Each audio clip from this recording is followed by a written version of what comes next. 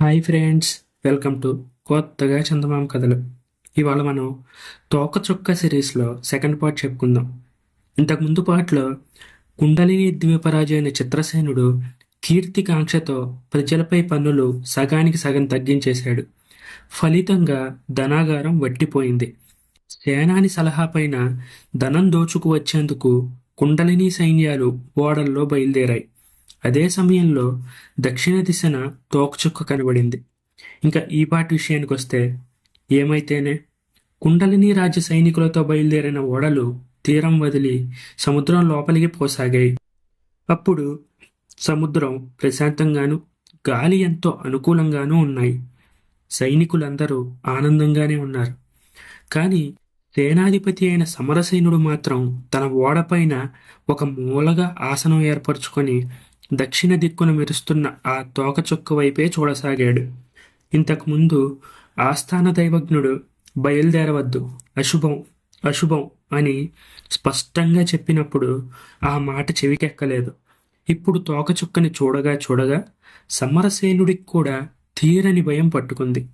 కలవరపాటుతో అలా చూస్తున్నంతలో అల్లంత ఎత్తున కారు మేఘాలు గబగబా వచ్చి తోకచుక్కను కమ్మివేశాయి. కటిక చీకటి అలుముకుంది. సముద్రుడు గర్జించసాగాడు. సైనికులు భయకంపితులయ్యారు. సమరసేనుడు కూర్చుని అలా చూస్తూనే ఉన్నాడు.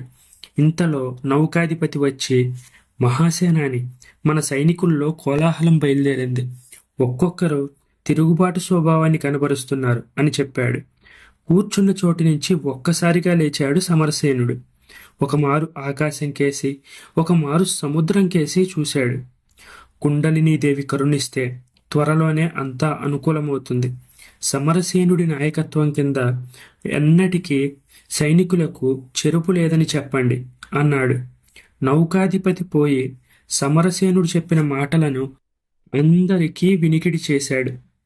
అందరూ కూడా తమ సేనా నాయకుడిమైన ఇలవేల్పోయినటువంటి కుండలినీదేవి పైన పరిపూర్ణ నమ్మకం ఉన్నదన్నట్టుగా తలలు ఊపారు.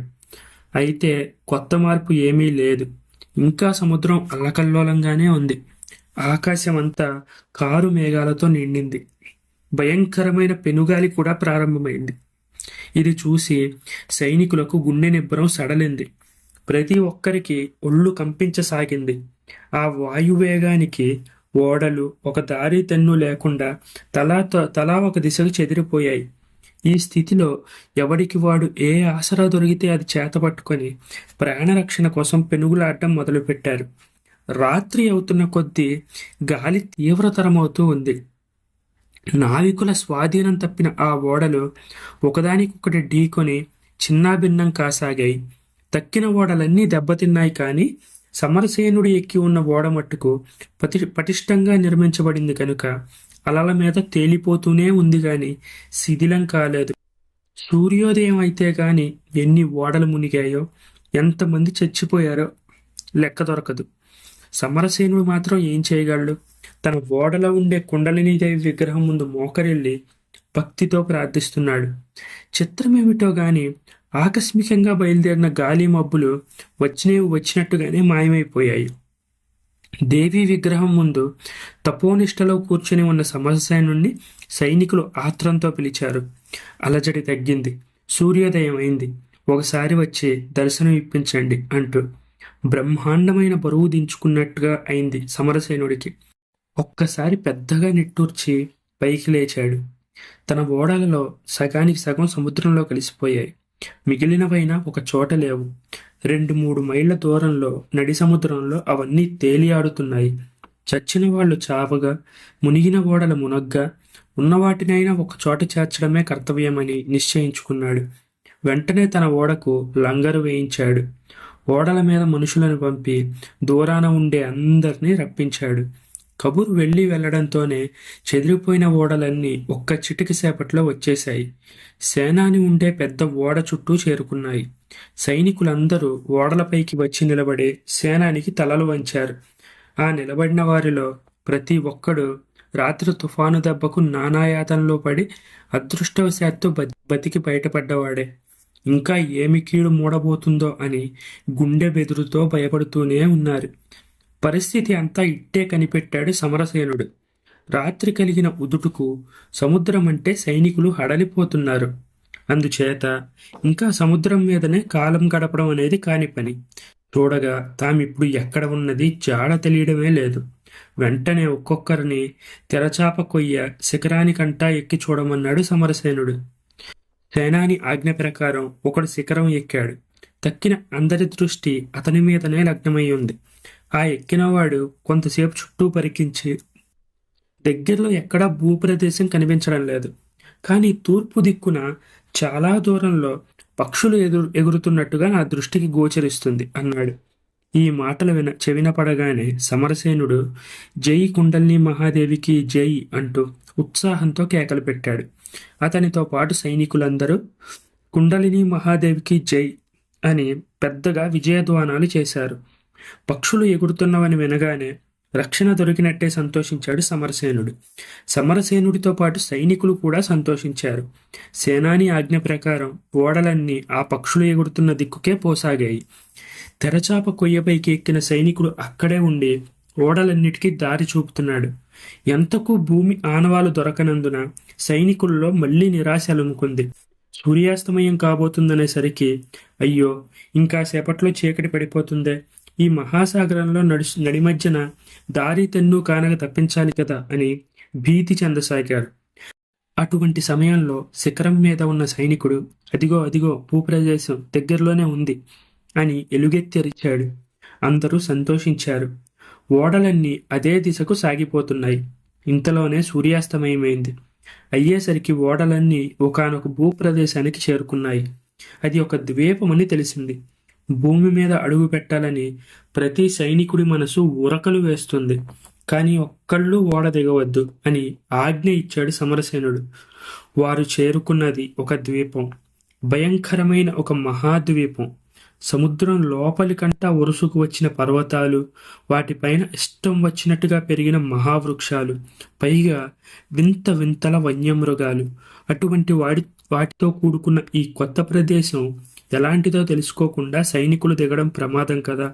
అందుకే ఒక్కళ్లను కూడా ఓడ దిగవద్దన్నాడు సమరసేనుడు. అయితే తన సైన్యాన్ని 2 పాయలుగా విడదీశాడు. అందులో కొంతమందిని 2 చిన్న పడవలలో ఆ ద్వీపం యొక్క తీరానికి పంపడం మంచిదని తలిచాడు. వీరు పోయి మంచి చెడ్డలు తెలుసుకువచ్చాక తక్కిన వాళ్ళు పోయి రావచ్చునని అతని ఉద్దేశం. అయితే ముందుగా ఆ ప్రదేశానికి పోయి చూసి రావడానికి సమర్థత గల సైనికులెవరు? అటువంటి కొత్త ప్రదేశానికి వెళ్ళి సంగతి సందర్భాలు తెలుసుకోవాలంటే ధైర్యం, సాహసం మాత్రమే చాలదు. సమయోచితమైన యోచన, యుక్తి కావాలి. ఇంతగా ఆలోచించిన తర్వాత స్వయంగా తాను వెళ్ళి రావడమే అన్ని విధాలా మంచిదని తోచింది సమరసేనుడికి. ఎంతటి వాడికైనా ఒంటరిగా వెళ్ళడం ప్రమాదకరమే. అందుకని ఆరితేరిన అనుభవం ఉన్న 6 సైనికులను ఎంచి తన వెంట ఆ కొత్త ద్వీపానికి తీసుకువెళ్ళాడు. సమరసేనుడు 6 యోధులు చిన్న పడవలెక్కి కొంచెం సేపట్లో తీరం చేరుకున్నారు. తీర ప్రాంతమంతా నిర్జనంగా ఉంది. ఎక్కడా మానవుడు మసిలిన అలికిడే లేదు. అంత మాత్రాన సమరసేనుడు ఏమరిపాటు చెందలేదు. ఆయుధహస్తుడై సిద్ధంగా ఉన్నాడు. ఏ చెట్టు చాటు నుంచో హఠాత్తుగా ఒక బాణం రావచ్చు కదా అని అనుమానం కలిగింది సమరసేనుడికి. అనుమానిస్తూ ముందుకు కదిలిన అతనికి ఒక భయంకరమైన గర్జన వినపడింది. సేనాని, ఈ గర్జన సామాన్యమైనది కాదు. ఇటువంటి వికృతమైన భీతావహమైన గర్జన మా జీవితంలోనే విని ఉండలేదు అన్నారు ఆ యోధులు 6 కంపించిపోతూ. ఆ మాట నిజమేనని తోచింది సేనానికి. ముందుకు నడిచాడు సమరసేనుడు. ఆయుధహస్తులైన యోధులు 6 అతని వెంటనే నడవసాగారు. కాసేపట్లో చెట్ల మధ్యకు చేరుకున్నారు. వారి ముందున్న పెద్ద కొలను కేసి చూశారు. అక్కడి దృశ్యానికి వారు నిశ్చేష్టులయ్యారు. ఏమి అనుకున్నట్టుగానే అది ఒక భయంగొలిపే వింత జంతువుల పోరాటం. విచిత్ర రూపాలతో మరి ఎన్నెన్నో మృగాలు చుట్టుపక్కల ఉండి ఆ పోరాటాన్ని తిలకిస్తున్నాయి.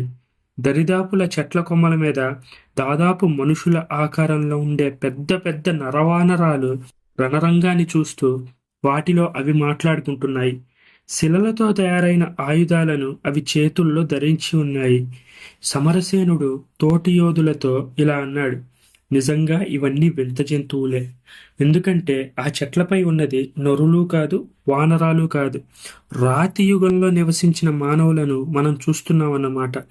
ఇప్పుడు ఈ జంతువులు ఎన్నో లక్షల సంవత్సరాలకు పూర్వపువి. ఏం చెప్పాలో సైనికులకు తోచలేదు. ఇంతటి భయంకరమైన ద్వీపం నుంచి దోచుకుపోదామంటే వాళ్లకు ధనరాశులు ఏం దొరుకుతాయి? సరిగ్గా అదే ఆలోచన సమరసేనుడికి కలిగింది. కుండలిని రాజ్యపు ధనాగారాన్ని నింపడానికి పరరాజ్యాలు కొల్లగొట్టే ఉద్దేశంతో బయలుదేరాడు ఇతను. అందుకు బదులుగా ఇప్పుడు ఈ భయంకరమైన ద్వీపం తగిలింది. ఏమిటి కర్తవ్యం? ఇలా అతని ఆలోచన సాగిపోతూ ఉండగా ఆ వింత జంతువుల పోరాటం భయంకరం కాజొచ్చింది. చుట్టూ ఉన్న చెట్ల చాటు నుంచి ఏనుగులు ఘీంకరిస్తూ దూరంగా పారిపోసాగాయి.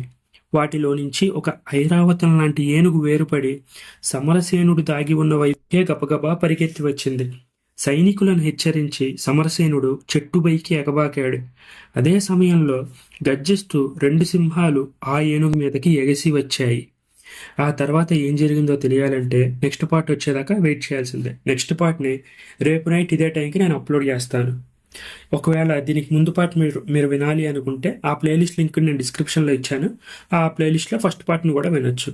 ఈ కథ మీకు నచ్చినట్టయితే దీన్ని లైక్ చేయండి, మీ ఫ్రెండ్స్ అందరికీ షేర్ చేయండి. అలాగే మన ఛానల్ని సబ్స్క్రైబ్ చేసుకోవడం మాత్రం అస్సలు మర్చిపోకండి. Thank you friends.